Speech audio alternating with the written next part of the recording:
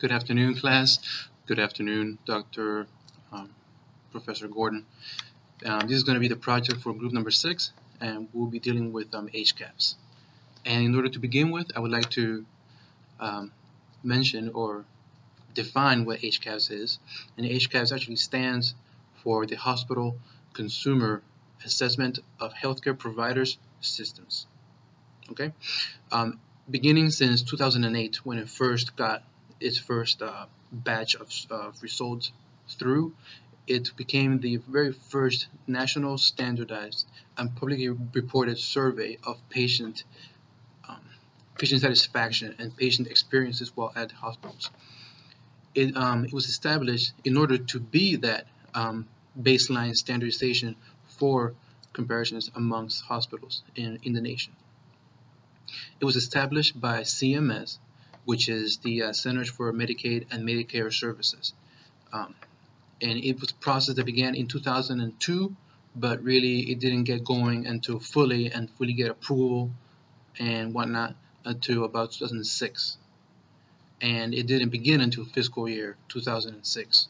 But once you begin, it takes about a year and a half in order to keep going through quarterly reports and results to get your first batch of proper comparisons scores.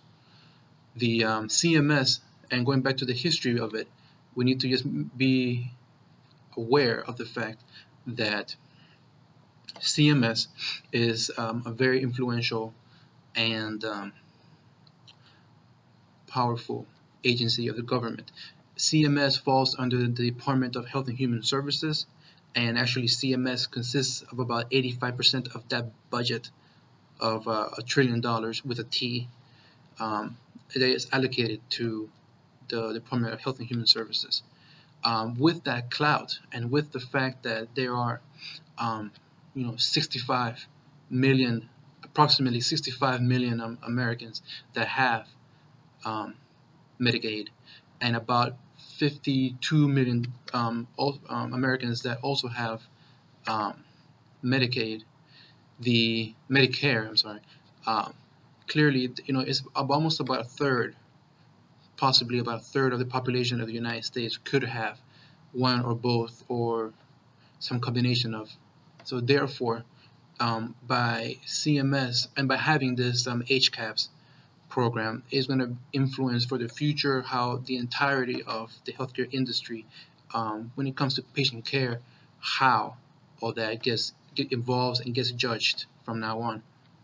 So the goals of HCAP actually is twofold. Number one is to provide a set of valid, comparable data for hospitals and patient care facilities to be able to compare for the future. And then the second part is that it would open up and such data for the public, and therefore create incentives for those hospitals to improve their quality for competition purposes, and also to improve their transparency because of the public reporting. So with that said, I leave you all with one question. How does HCAPS affect patient care? Thank you. Good day.